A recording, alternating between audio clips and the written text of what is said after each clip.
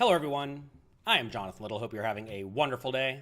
Today, we're going to be discussing how to develop a strong check raise strategy. This is going to be when someone raises, we call from the big blind. This is a spot that a lot of people mess up because they simply do not check raise anywhere near often enough. In today's video, we're going to be discussing how to do that when you are playing roughly 50 big blinds deep. We'll give you all a little bit of time to trickle in before we get started. If you have not already, make sure you take advantage of our completely free pass at pokercoaching.com. You can head over to pokercoaching.com/pass. There's a link down there at the bottom, and you can get completely free access to pokercoaching.com and Peak GTO for the next 14 hours. So make sure you get in there and take advantage of that. So, how do you go about developing a strong check raise strategy? Well, first you need to figure out how often you're going to check raise, and also the size you're going to check raise to. Now, there are a few concepts that will heavily impact these two things. Your frequency that you are going to check raise, how often you should check raise your opponent, is determined by the size of the bet your opponent makes. As they bet smaller, you typically check raise more often. Also, who has the nut advantage? As you have more and more premium hands in your range that your opponent does not, you should also check raise more often. And then the stack depth is also important. We're going to be discussing 50 big blind play today. In general, though, as stacks get shallower, you often check raise a little bit more often. As stacks get deeper, you check raise a little bit less often, essentially because the strength of hand you need to be happy getting all of your money in is stronger and stronger as stacks get deeper and deeper. Now, the size of your check raise is again determined by your opponent's bet size. As your opponent bets smaller, you typically check raise a little bit larger in proportion to their bet. As they bet bigger, you can check raise a little bit smaller, essentially because as you are facing a bigger bet, you should check raise to a smaller amount because you don't really need to check raise all that big in order to get your stack in by the river. Also, how dynamic the board is. As the board is likely to change on the turn and the river such that there's straight draws and flush draws on the flop, but no straight or flush yet. Typically in those scenarios, you check raise bigger. If there's already a straight or flush or three of a kind available, a hand that's probably going to be good by the river, that your opponent could reasonably have, in those scenarios, you usually check raise smaller. Okay? Your size is also determined by the frequency at which your opponent bets and generally the stack depths as well. Now, let's discuss adjusting for bet size. As we just went through, you check raise larger. Well, essentially, the larger the bet you're facing, the less often you check raise, because typically the larger your opponent bets, that implies they are betting with a range that is strong, right? When they're betting with a strong range or a strong portion of their range, there's just not a whole lot of hands that you can put in the value raise with, so you typically check raise less often. If they bet smaller, it typically implies they're betting with a weaker range or a range that contains more non-premium hands, so you can check raise more often against the smaller bets. Also, the larger your opponent bets, the smaller you check raise into relation of that bet amount. As they bet smaller, you check raise larger. Let's go through some examples where we're discussing how to adjust for the bet sizing. Here's a chart from Peak GTO. Make sure you check it out. You can get a completely free pass for the next 14 hours to Peak GTO. Head over to pokercoaching.com/pass to get it. You can go through this spot and a whole lot more.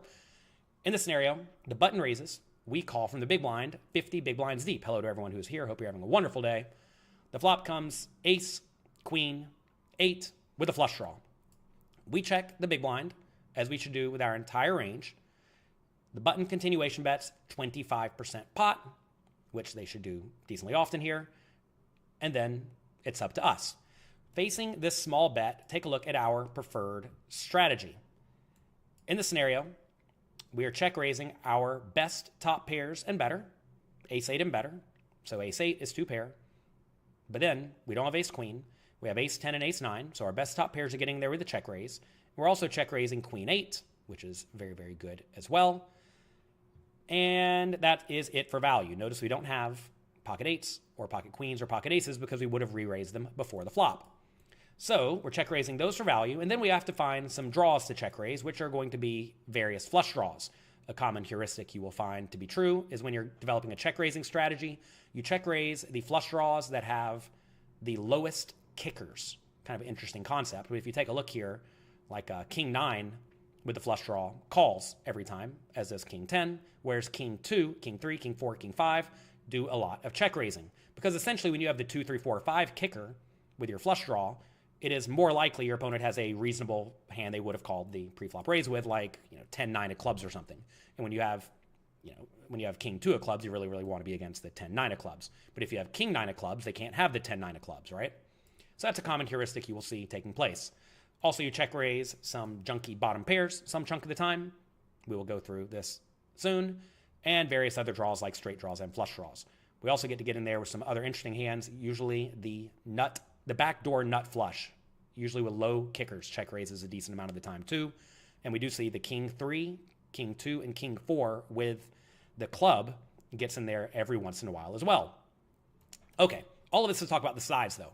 Notice in this scenario, we are check raising when they bet 1.5 big blinds to 8.6 big blinds. So many people in this spot automatically check raise to 3 times the opponent's bet, or whatever the opponent bets. But here, if you check raise that small, you're giving your opponent amazing pot odds to continue, which is not really good for your very good hands. Also, you don't build the pot with your very good hands because these best hands are almost always good, but marginal. Betting your hand is superior to check raising. Typically, you do not want to bet from out of position when you have a gigantic range disadvantage. When you are heavily disadvantaged, you do not want to lead into the preflop aggressor. In this scenario on ace, queen, 8, obviously, we are horribly disadvantaged. We don't have aces, queens, 8s, or ace, queen, or ace, king. When you're in a horrible, horrible spot for your range, you should check your entire range. And when you call from out of position, you will almost always have a range disadvantage, which will lead to you checking on most boards, assuming you're trying to play anywhere near well. What if instead the opponent bets 2/3 pot, about 3.9 big blinds? Well, now take a look at the raise size in relation to their bet. We are now raising to 9.4 big blinds the majority of the time, which is only 2.5 times their bet. Why is that? Because, well, 9.4 already starts to risk the stacks. Also notice, as they bet bigger, we check raise far less often. Notice now, still a similar selection of hands, but we're just being way more cautious with it. Notice we are still getting there with queen 8, some of our best top pairs, some ace 8, and flush draws.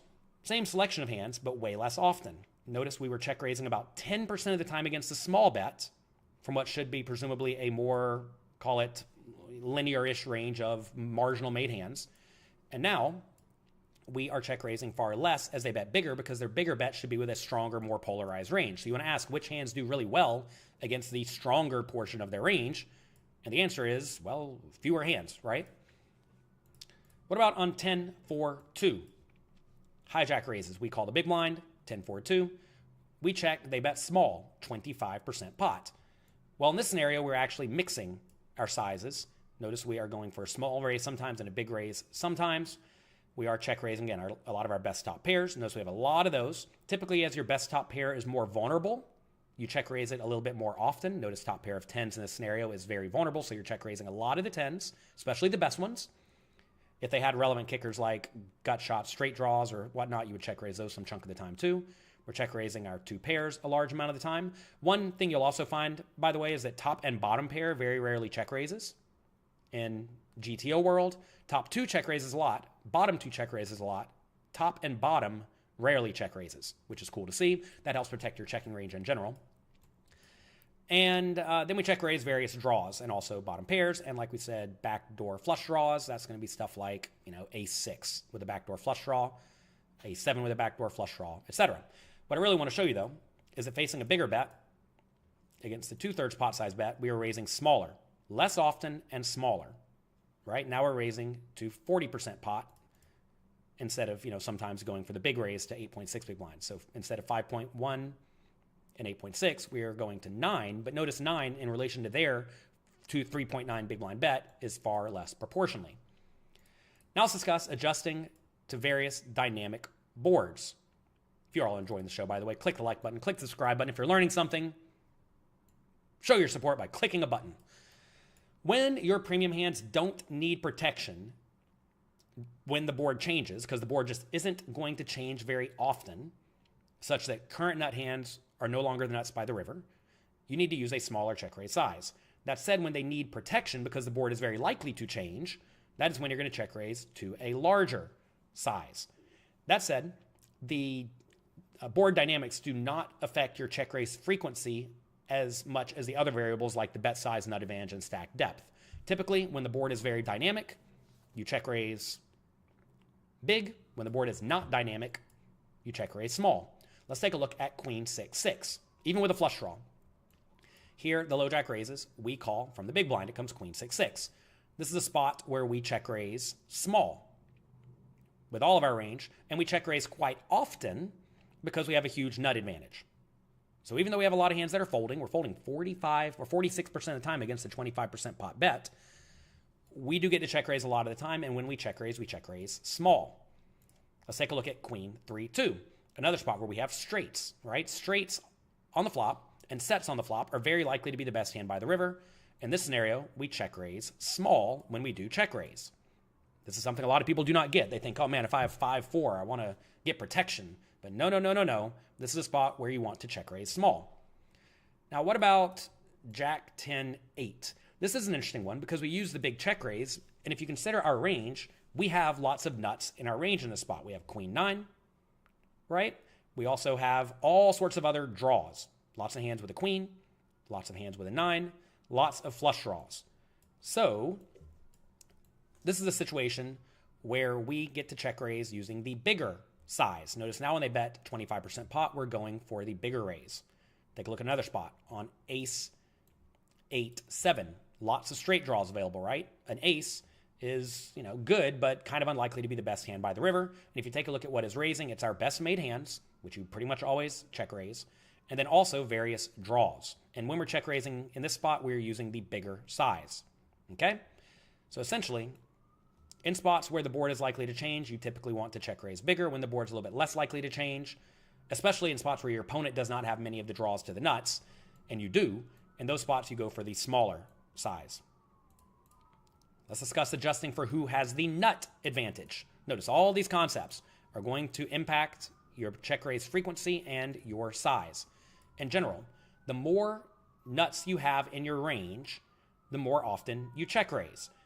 Now, this is not just nuts in general, it's nuts compared to your opponents. When you have lots and lots of premium hands, you check raise very, very often. When you have almost no premium hands compared to your opponent, you check raise far less often. Can you all hear the sirens outside? Be careful with this one. Typically, because of the range asymmetries before the flop, the big blind caller is going to have lots of low connected cards in their range that the pre-flop raiser will not. So typically, you're going to want to check raise very often in those spots. Let's take a look. Here we have two spots that look kind of similar. In this scenario, low jack raises, we call the big blind. It comes ace 9-4 or 9-9-4.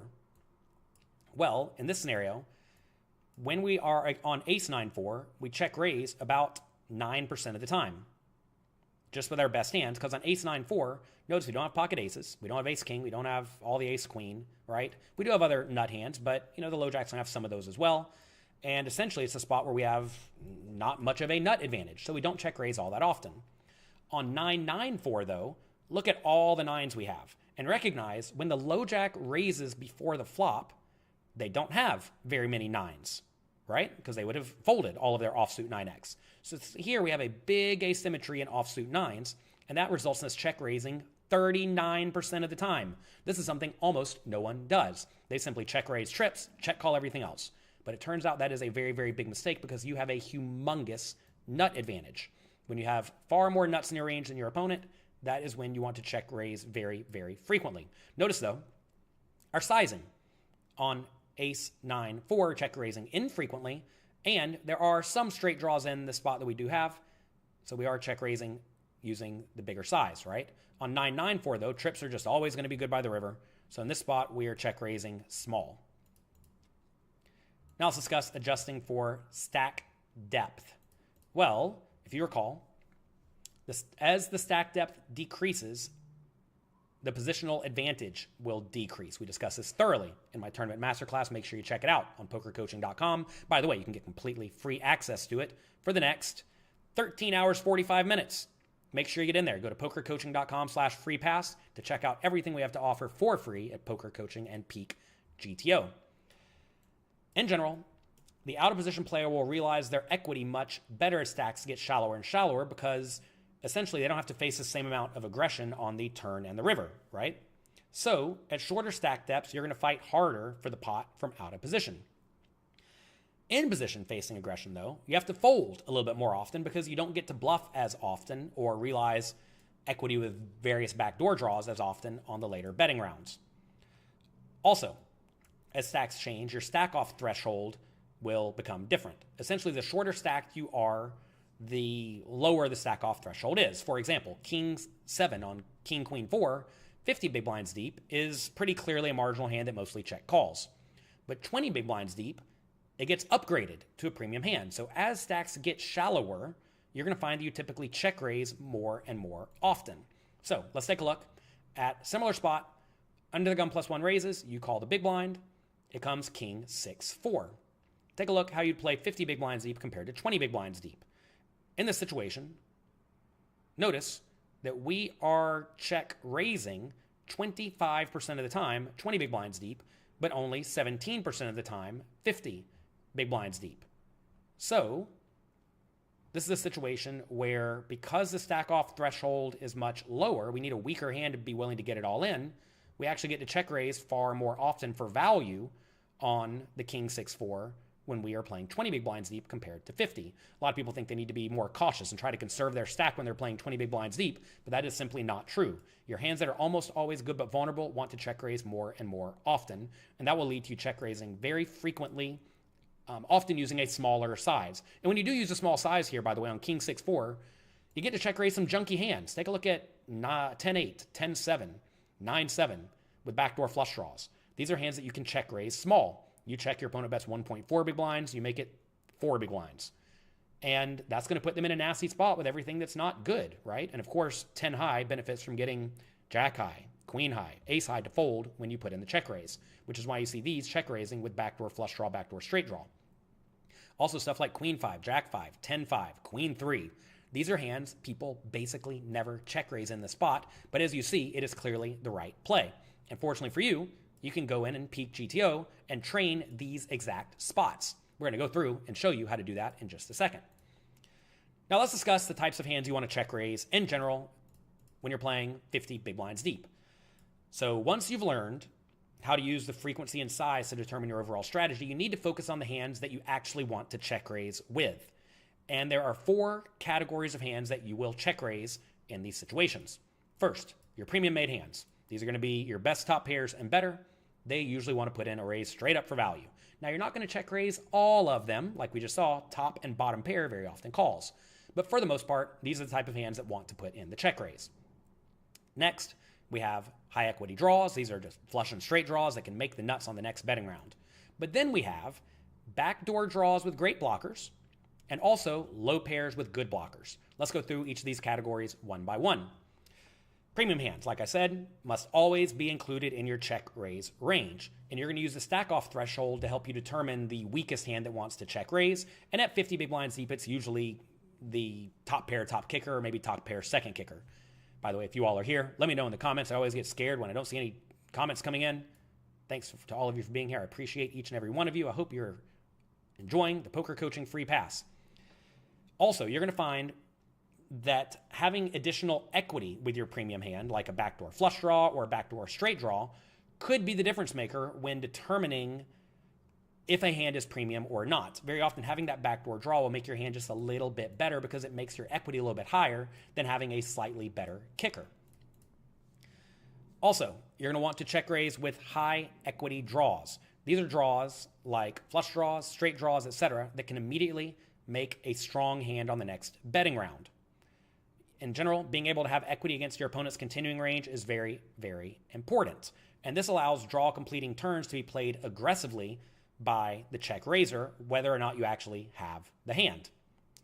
In general, when you're out of position, you need to make sure you're including the high equity draws, and that's usually what we're going to be doing when you're out of position. In position, perhaps a little bit less often. That said, you want to make a point that when you have a high equity draw, you do not always check raise it or always check call it, which is why, if you remember that heuristic I told you a minute ago, flush draws with the lowest kickers often check raise. Flush draws with the highest kickers often check call. You should also use the global frequency and size to help determine how often they should be check raised. As you're check raising more and more often, you check raise more high equity draws. As you're check raising less often, you check raise fewer high equity draws. Next, what about backdoor draws with great blockers? Now, this category and the next category are hands a lot of people simply never check raise, and, well, that's a very big mistake. Essentially, backdoor draws are draws that cannot make a strong hand immediately on the turn, but they can pick up equity and become a high equity draw on many turns. For example, ace of hearts, 3 of diamonds on 10 of hearts, 9 of hearts, 2 of diamonds. So this is a spot where you have to figure out what is a great blocker.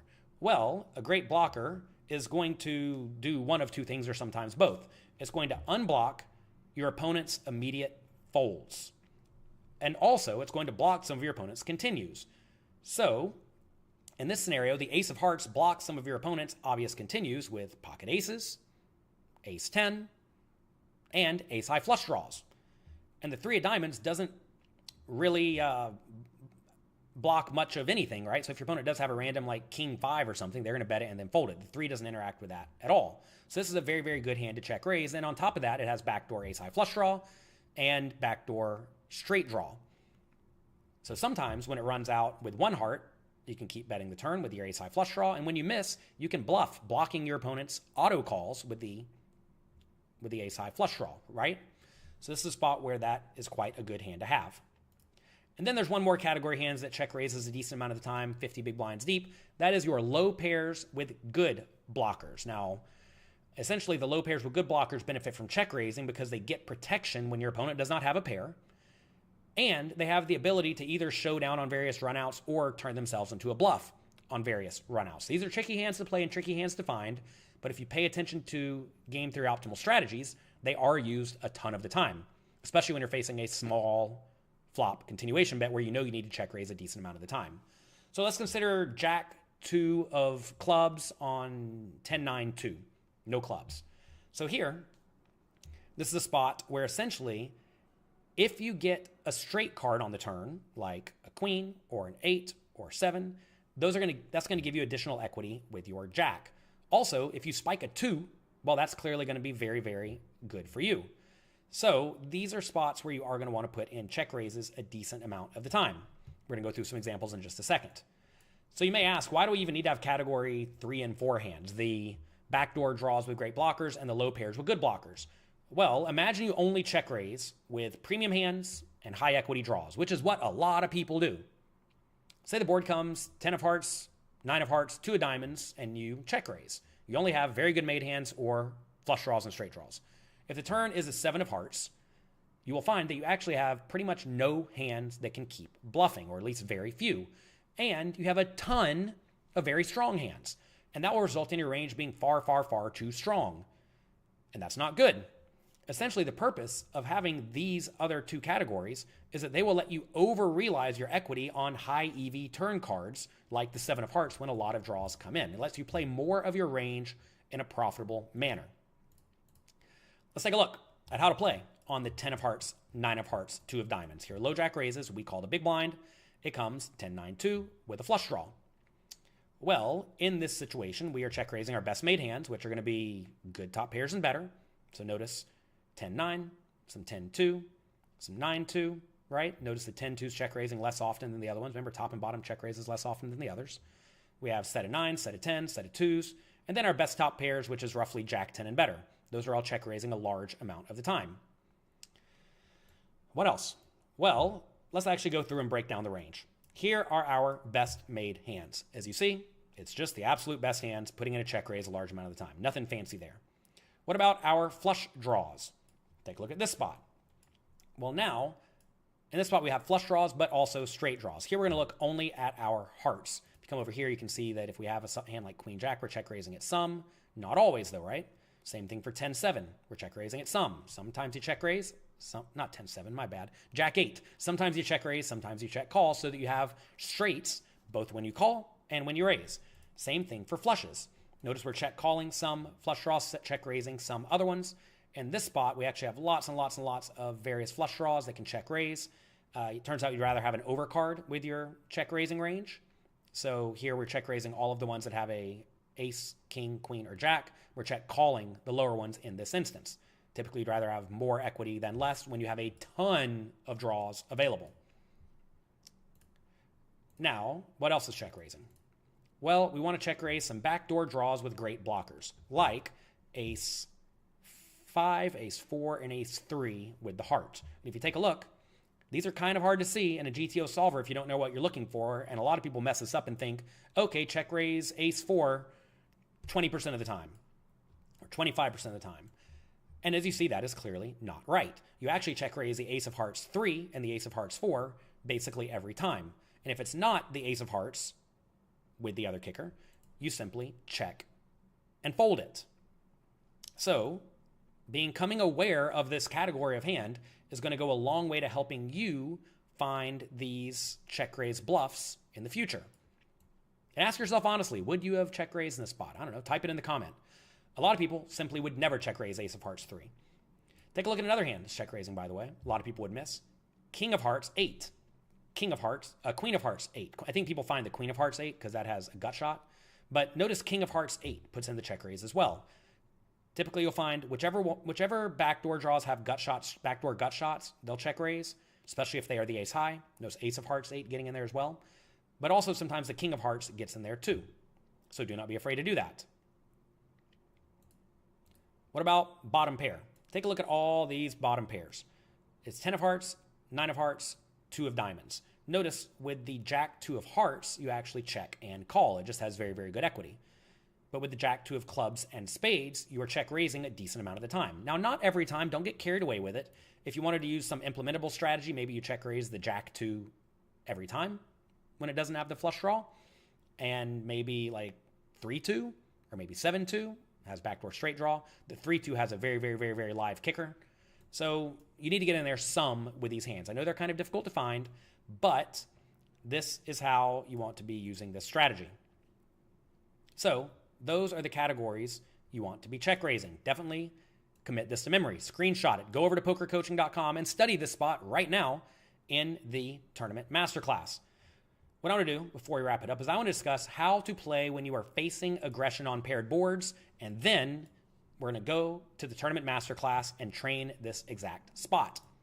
Let's take a look at how to play on 8-4-4. Low jack raises, we call the big blind. It comes 8-4-4. We check, they bet 25% pot. What do? Well, in this spot, we have a lot of trips, but not a ton. Notice we have lots of suited ones, but notice we don't have all of the offsuit ones. So we don't have a big offsuit asymmetry. Remember how we looked at that other spot earlier, if I can find it real quick, on 9-4-4 or something like that? Yeah, here we had 9-4-4 earlier. Notice we check raise a ton because we have all the offsuit nines, or at least a large chunk of offsuit nines, right? In this spot, even though we have far more fours than our opponent, we don't have quite as many of them, which results in us check raising a little bit less often. So we're check raising lots of those, check raising lots of top pairs. Not all of them though, because we're check raising fewer trips to begin with, and then various draws in this spot. So lots and lots and lots and lots of draws. Notice including lots of backdoor draws like hands containing backdoor straight draw, backdoor flush draw, like 10-9 with a spade, queen jack with a queen of spades, stuff like that. Notice down here we have ace 3, ace 2, ace 6. Those are getting there, check raising a lot as well. Remember, you need to find these backdoor good flush draws. Let's take a look at how to play the various spades in the spot. Notice the ace high spades call a bit more often. The best spades call a lot. Now we're check raising this spot very often with spades because we simply have lots and lots of trips. But notice we are check raising tons and tons of them. All right. Let's discuss how you would rather have better playability than perhaps, essentially you want to consider how the frequency is and your high EV is going to result in you playing various hands. Take a look at a hand like king with a queen of spades, or any king-queen really in the spot. Against the small bet on a board that's very good for us, alarm's going off again, got to be careful, king-queen gets to call every time. Notice the EV of calling the king-queen is 0.15 big blinds. You're making a little bit of profit by checking and calling king-queen even without a spade. Take a look over here though. A lot of people think queen 7 with a spade must be good, right? But it turns out queen 7 with the queen of spades barely profits by check raising. You can see the value of a call is 0.02 big blinds. Value of a fold is always going to be 0. So you typically want to pick the highest option. Notice the value of a call for all these other ones, though, is negative. Without a spade, you're minus 0.25 big blinds or so. With a 7 of spades, you're at minus 0.11 big blinds. And this is all available in Peak GTO. You can go through and study all these spots yourself if you really want to break it down. But essentially, your frequency to continue in a pot gets higher and higher as your EV goes up. In this spot with king queen, we have good EV even without the spade, so we have to call. When we have less EV, we are folding. Let's take a look at another spot on queen, queen 8. Another very tricky spot. Here there is a flush draw as well. We're check raising lots of queens, some 8s, not a ton, but some. And then all sorts of various draws again. Notice down here we're check raising stuff like various ace highs with a diamond, right? Turns out this type of hand check raises a lot. Same thing with the king high with the diamond. Even stuff like jack 3 with the jack of diamonds, 10-6 with a 10 of diamonds, 9-6 with a 9 of diamonds. These get in there and put in the check raise. I bet a lot of people watching today do not do this often enough. Hey, I mean, in reality, I probably don't do this often enough. But these are spots where you have to fight very hard, assuming your opponent's playing well. And it turns out in this spot, most people continuation bet the flop every time, which means you get to check raise a lot. Let's talk about backdoor flush draws here, because it might not be so clear how to play them. You want backdoor flush draws that have some equity when your opponent has an 8. So take a look. You're folding 7-5 of clubs. Okay? 7-5 of clubs folds, but 9-6 of clubs continues. 10-6 of clubs continues. Notice these have backdoor straight draws to go along with them. And often they're continuing by raising. Essentially, you're raising very polarized in the spot with these type of hands. We're raising, call it our worst ones that are good enough to continue. Notice down here, these kickers are just going to be a little bit more live than these kickers. And notice we are calling all the ace highs. Ace highs have good showdown value. They don't necessarily need to raise when they have backdoor clubs. So those mostly call. But then the weaker ones are raising a decent chunk of the time. So what I want all of you to do is head over to pokercoaching.com/pass and sign up for your free pass. And then you can navigate to the Tournament Masterclass. Here it is. It will be right at the top at pokercoaching.com. If you click on the Tournament tab, it'll be the top left-hand button. Go there and you will see all the modules in the Tournament Masterclass. We have a ton. We have all sorts of pre-flop spots. You can go through and study each of these scenarios and train all of them in Peak GTO. You can just go through all these spots playing the flop. As you see, I've made a lot of videos recently. We're going to be uploading more of the content over the next few days. We have this content on playing the turn. We're going to have the river, managing your bankroll, finances. I go through my recent World Series win. I go through basically every hand I play in Peak GTO, where I won this bracelet a few months ago. And we review all those hands using Peak GTO. Turns out I played pretty great. There were some spots that I messed up, but for the most part, we played very, very well in it. Awarded me a bracelet. And then when you click on any of these parts, it's going to bring up a page kind of like this, where you can go through, click the play button, and play the video. You can easily navigate to the next parts. You can go to the next section. You can mark it as complete once you've done it. Down here, you can add a comment if you feel inclined. But very importantly, in Peak GTO, we have added drills, where you can actually drill the spot that you just studied, which will help you master that spot. Notice, by the way, all the videos are 10 to 15 minutes long, right? Some of them are a little shorter, but I made a point to make sure all of this was very bite-sized and easy to learn from. This is not a video where I present you a million concepts in one video and you don't get to train it. I want you to study a very specific thing, a very specific concept, and then take either a text-based quiz or train it depending on the type of scenario it is in. So let's do that right now. Defending against continuation bets on paired boards from the big blind. Literally what we just studied. By the way, the content I just presented to all of you is a tiny, tiny, tiny, tiny part of the Tournament Masterclass. So if you enjoyed this, you will love the Tournament Masterclass. Again, you can head over to pokercoaching.com/pass right now and get full access to it. You need to watch, drill, master the concepts, get your confidence, watch more, learn more, complete the loop, and improve your skills. So let's go through here and train this spot. These spots are hard. We're going to go through and show how Peak GTO works. We're going to get some wrong answers on purpose. We're going to get some right answers, hopefully. I want you all to play along with me. So here is how the Peak GTO trainer works. By the way, you can go through and study any of these scenarios. You can pull out the library and study literally any spot you want. We have all sorts of stack depths, cash games, tournaments, heads up, ICM scenarios. We have all sorts of spots lined up for you. You can do that. We also have the trainer where you can go through and train very specific spots. You can literally put in whatever parameters you want. You can give yourself a position, your opponent a position, or you can have random positions, any stack depth. You can start at any point in the hand or study any types of hands. You can go through and put in specific boards. You can filter out the bad hands so you never have to play the bad hands, never get dealt the bad hands before the flop. And you can go through and set up your own scenario. Also, we have the drill of the day. In the drill of the day, we go through with me and my pokercoaching.com coaches like Justin Saliba, Brock Wilson, Matt Affleck, Aram Zobian. We've all uploaded specific scenarios where we go through and train you on a common spot you will inevitably encounter.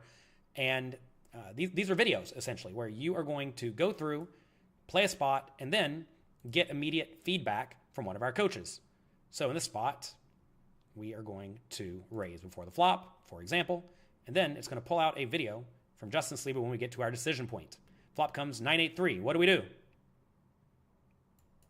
Check sum or bet big sum. We pick check small sum. And right here, Justin Saliba comes up and is going to explain this spot. You can study it in the solver, and that will go a long way to helping you improve your skills as well. That is in the drill of the day. We have 100 of them up at the moment, and we upload them every few days.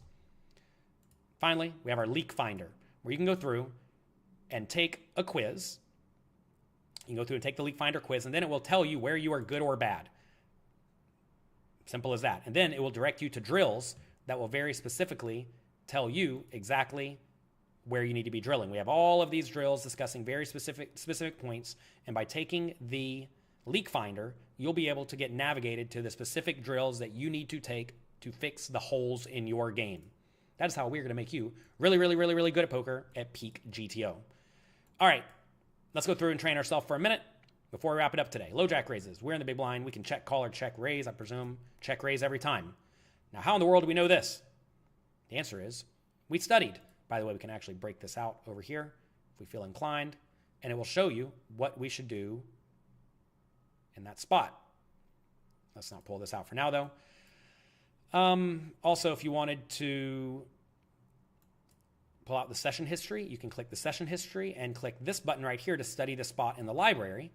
As you see, we can go through, it'll pop us right to that spot, and I knew to check raise. How did I know to check raise? Well, in this scenario, we literally just studied it. This is a spot where low jack raises, we call the big blind 4-2-2. They check, or we check, they bet small. What do? Take a look at all these low backdoor draws. We literally just studied this.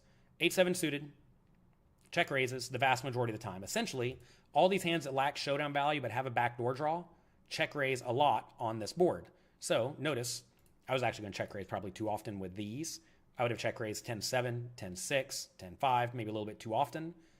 Of course, you want to develop strategies you can easily implement at the table, but I know all of these hands love to check raise. Now look, you're not going to be 100% precise, but going through and training these spots will help you get more and more and more precise as time moves forward. So if you say in those scenarios like call the bet every time, of course, with 8-7 suited, or fold the bet every time with 8-7 suited with the hearts or diamonds, whatever one I had, you would have been very wrong. You can actually click the EV to see how wrong you would have been. Notice by continuing, you make 0.21 big blinds. By folding, you make 0. Which would you rather have, 0.21 big blinds or 0? It's up to you. Let's keep training. Ace, ace, 6. Ooh, do we stick around with a 5-4? No backdoor flush draw. What do you think?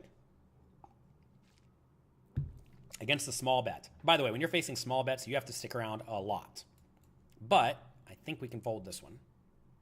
100% fold. And again, if you wanted to see what the trainer does continue with in this spot, you can just click session history. And now here it is right here. You can come over here. You can replay the hand. You can see the results of the hand. But this right here, being able to click this and see exactly what you continue with is very important for spots you don't know. I do this every single day. In this scenario, we check, they bet. Here's what we do. Notice the 5-4 offsuit folds literally every time. What about 5-4 of spades? Well, that's going to continue every time. What about 5-4 of hearts? Looks like it folds. Now you can go in here and click the EV of it and see that you are losing a little bit by calling.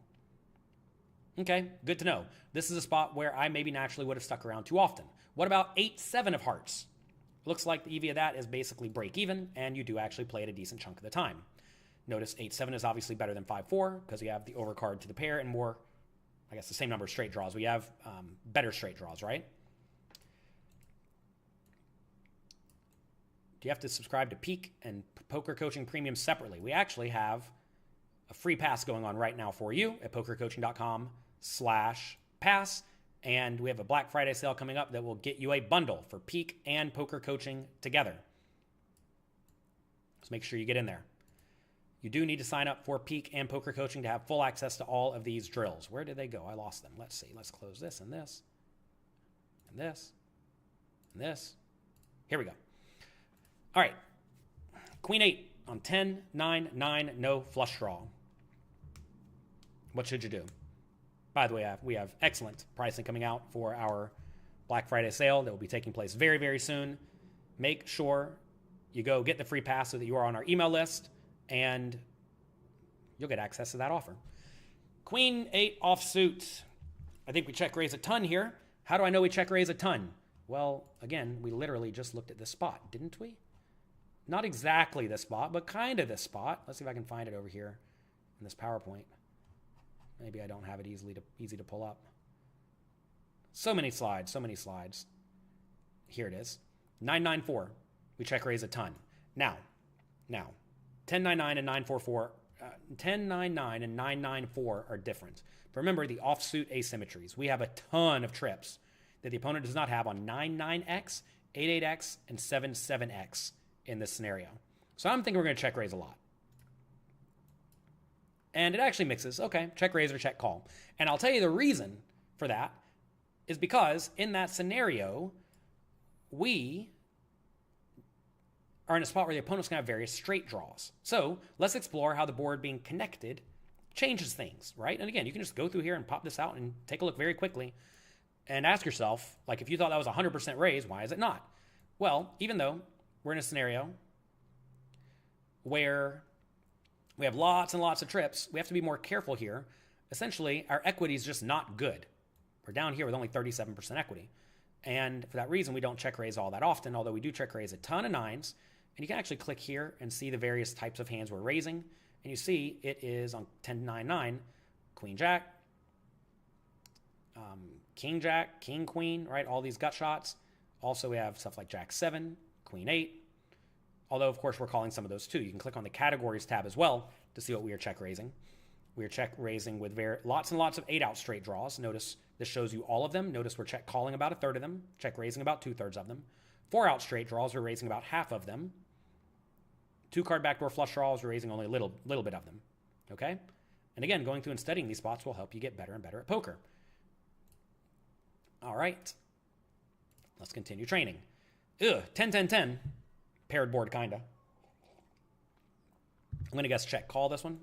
No, fold. Okay. Fold against a small bet with a king high. Ooh, and a bad play too. I would need to study that one on my own. Today we're discussing paired boards. Ready to go to the new hand, you can just click next hand up here. If for some reason the program stalls or something, you can click new hand and move to the next hand. All right. 9-9-6 with ace 7 of spades. Seems like a fine spot to raise or call. You know, we did check call a lot of the best ace-x suiteds. I'm not sure what to do with this one. I got to presume we want to raise a lot of the lower flush draws. I'm going to say call with this one, but it's going to mix, right? And it does mix. By the way, whenever you do go through and study in the trainer, you get an ELO rating up here, which will essentially tell you how good you are at GTO poker. We're going to develop games and leaderboards in the future that will help you track your success compared to other people and make sure you're continuously improving your skills. But as long as your ELO is going up, you're doing pretty good. Now, your ELO will go up a lot in the beginning when you're just getting started if you're anywhere near decent. But once you start to get to 2,000 or 2,200 or 2,400, it's not going to go up very much because, well, you're already extremely good at GTO poker. 7 of spades. We check call this time, right? So we'll check every turn. By the way, we didn't study how to play on the turn. I have a whole turn section in the Tournament Masterclass. If you scroll down here, you'll see playing the turn. We have this gigantic section on playing the turn. when to continuation bet. When you're facing a continuation bet, turn probes. That's when it goes check, check on the flop and you bet first as the pre-flop caller. Facing a turn probe, delayed continuation betting. That's when you raise before the flop, somebody calls, goes check, check on the flop, and they check to you again. That's a delayed continuation bet. Facing a turn delayed continuation bet, leading on the turn as the pre-flop raiser when checked to, playing in 3-bet, 4-bet pots, etc. So we have lots and lots and lots of content on how to play the turn, but that's not what we're discussing today. Facing that bet, of course, we're going to call. And we will play the river, we will check, and probably reluctantly fold this one. I hope they blast it so we can see if we fold. Half pot, huh? Let's click fold, but maybe it's a call. It's actually mixing all three. All right. Tough spot on the river there. I probably would have messed that one up. Okay, let's go through one more hand and we'll call it a day. King, 5-5, Jack, 9 of hearts. Oh my God.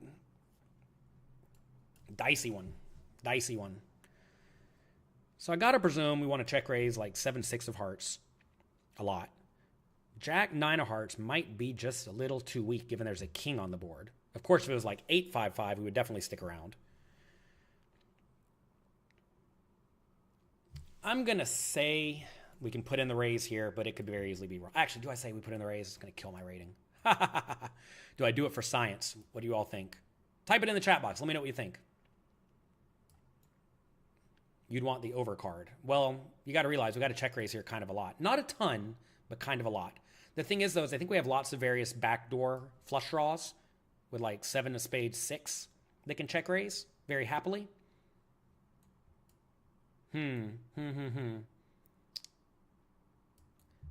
I guess I'm going to say fold. I don't really like fold, though. I think we just have a lot of better ones to do it with. Fold 100%. We found it. We got it right. Now, what you want to do in spots like that where you're not sure if you got it right is go over here and train it, right? Pull it up in the history, or not train it, but take a look at what the spot, right? And see what we would have done. So what I wanted to know was Jack 9 of hearts folds. And then you click strategy, and it'll tell you how much you lose by calling. And take a look at that. Basically nothing, okay? And this is what you really want to train yourself to do. Now, I did not definitively know in this spot if it was a call or a raise or fold. I thought it was somewhere in there. I thought it was close. But recognize, I thought it was very close, right? Some people may think, oh man, easy fold, duh. But then you're probably folding these spots too much. Some people thought easy call or easy raise, duh. Well, you're probably raising it too much. You want to calibrate yourself through lots and lots of practice and study to roughly know if a spot is roughly neutral or not. And you do that by training these spots and studying these spots over and over, and then going into the library, which I just showed you, super duper easy to do, and see the EV of these spots, right? And as you go through and take a look at these spots more and more and more, you'll be able to find and calibrate what is roughly a reasonable continue. Now, I said 8-7 of hearts probably sticks around. Is that true? And it turns out it does. What about 9-8? It does not. Why? Because it has fewer backdoor straight draws. What about 7-6? Obviously, that's going to stick around, right? Because it has that better. Now, I also thought in my head, 7 of spades, 6, and 6 of spades, 7 would stick around. Is that correct? And it turns out they do. And notice as you have like low straight draws, you do a ton of raising, right? So all of these 7-6 with a spade stick around. Now, look, they're barely in there. They're barely profiting, but they are, right? And that's very important to try to calibrate. Remember, all the same heuristics still apply. In the scenario, lots of flush draws raise. Also, lots of ace of spades X is going to call or raise, right? Notice he actually sticks around with the ace with a 2 as well. Looks like the weakest ace highs are just good enough in the spot. If you gave me ace with a 2 of spades, I would have called, but I wouldn't have liked it. And yeah, it does actually call, right? Notice you are check raising more often with the ace of spades. Am I below the screen here? Ha, I'm below the screen. You can't even see what I'm looking at. Whatever. There we go. Sorry for being off the screen there. My bad. But as you see in this scenario, that is what you're doing in these spots. So make sure you get in there and train a ton. You can do it right now completely for free. You all probably have a little bit of time. You have 13 hours left to get in there and go through the Tournament Masterclass and train these various scenarios. Remember, the goal here is to teach you something, drill it a lot, give you lots and lots of feedback, give you the confidence to get in there, apply the concepts in game, and then just continue the loop. Train, watch the videos, and then drill a lot. And like I said, in the Tournament Masterclass, we have a power presentation like this. Usually it's a pretty short video. As you see, videos are between like 5 and 15 minutes long, right? And then you can go through and train that exact spot you just studied. Playing paired boards, playing monotone boards, playing ace-high boards, playing high card boards, playing low card boards. And if you click in these scenarios, it will go through and it will show you those exact spots with a scenario somewhat like this. And you can go through and look in your session history and study that exact spot. So playing low card board, for example, here it is. You study the low card board video, pop out the drill right over here, start the drill. There you go, right? Go through and do that over and over and over, and you are going to get very, very, very good at poker quickly.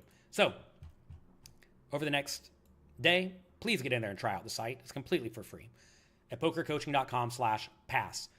From there, we're going to be having a Black Friday sale. You can get a very, very, very good deal on Peak GTO and Poker Coaching Premium combined. You'll get full access to the Tournament Masterclass and everything at pokercoaching.com. We have a ton of content at pokercoaching.com, of course. If we click on the tournament tab here, you see we have lots and lots of courses by me and my top pros. We have Tournament Domination, the Advanced Tournament course, World Series of Poker Prep course, me going through Poker Go wins. We have down here David Peters, super duper crusher, revealing his high stakes secrets. Matt Affleck, big blind fundamentals, and all sorts of other content on pokercoaching.com, including Giraffe Gangers reviewing his $2.8 million win online. We also have a cash game section. I have my cash game masterclass. We have not fully remade this one yet with Peak GTO, but we will coming up soon. We also have the advanced cash game course. We have all sorts of content on cash games. I'm actually going to make a point to play more cash games over the course of this next year. We're making video blogs and cash game content because you all told me you want to see more cash game content, and I've done pretty good at them. So we might as well get in there and make even more content discussing cash games. We have Mastering PLO cash games with Adam Hendricks. We have High Stakes Secrets with Chris Brewer, playing the gigantic games online, 500, 1,000. Jwin discussing beating lose live cash games and a whole lot more. We also have various quizzes where every few days we upload a new quiz spot where me or one of my poker coaching coaches plays a spot, and you can go in and take a quiz, kind of like the Peak GTO drill of the day. You can go through and do that. We have thousands of these uploaded and a whole lot of other stuff. Make sure you get in our Discord. We have a vibrant poker coaching Discord. We have daily study sessions pretty much where members are running study sessions and making a point to improve their skills. So you can check it all out for free right now at pokercoaching.com/pass. Here's Blas Zerja, one of our students. I think he's won 2 bracelets now at this point. He's been absolutely crushing it. He won a World Poker Tour tournament for like $2.5 million. Happy for him. Get in there right now at pokercoaching.com/pass. If you enjoyed today's show, do me a quick favor. Click the like and subscribe button down there. Click the notification bell. If you have a friend who you want to help get better at poker, especially tournament poker, send them to pokercoaching.com/pass right now and tell them to go through the Tournament Masterclass. On the raise on the flop, from the blinds, one aggressive check raise on the flop should be standard, 50-50. I have no clue what you're even trying to say. All right. Good luck in your games. Have fun. I hope you make the most of your opportunities. I'm going to be heading to Resorts World in about an hour to play their North American Poker Tour Championship. After that, I'm going to be heading to the Bahamas. This year at the Bahamas, I'm going to be playing their $25,000 buy-in main event. They have a few Triton events. I think I'm going to play the 50K and the 100K. It's going to be a fun December. Good luck in your games. Have fun. Make the most of your opportunities. Again, check out pokercoaching.com/pass. Good luck. And I'll talk to you next time.